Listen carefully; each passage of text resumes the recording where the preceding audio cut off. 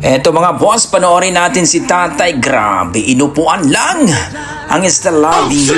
Let's go, panoorin natin dito mga idol. Ayan na.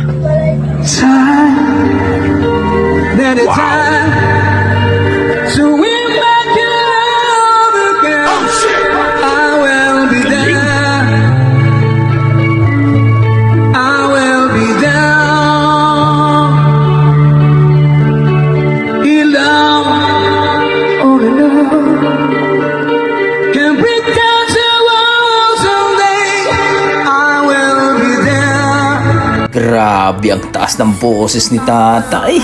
Nakakaloka. Ayan ni Bill.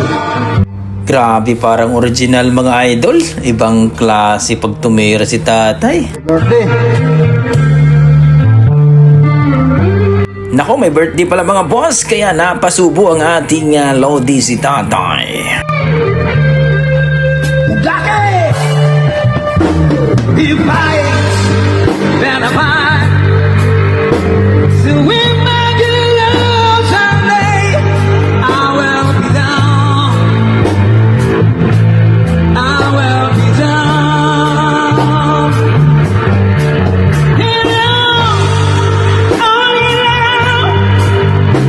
can be down to all someday. I will be down. I will be down.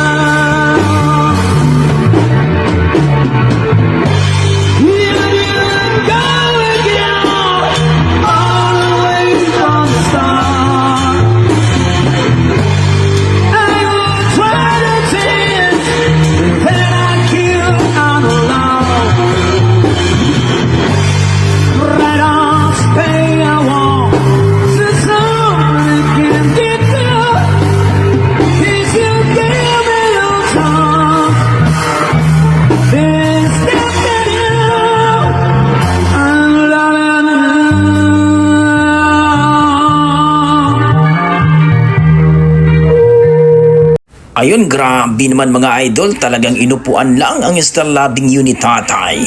So don't forget, pakipollow pa ang Facebook page ni Shelvin Kate mga boss. Ang kanyang Facebook page, ilagay ko na lang po sa description ng kanyang link. Grabe, ibang klase si Tatay mga boss. Maraming sasabi na lip-sync daw, pero para sa akin, boses talaga ni Tatay, no? Siguro sa mga kabataan ni Tatay, grabe talaga.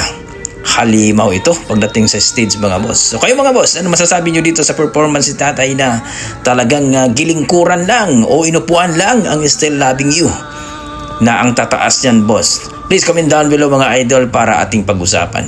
Yan ang ating mga dugong Pinoy. Pagdating po sa kantahan talaga mga boss, ay talaga namang malulupit ang ating mga dugong Pinoy. Grabe si Tatay mga boss. Sana sasali ito sa PGT o tawag ng tagahalan mga boss. Sigurado panalo to si Tatay. Okay, hanggang dito lang mga idol. Maraming salamat. Yan ang ating mga dugong Pinoy.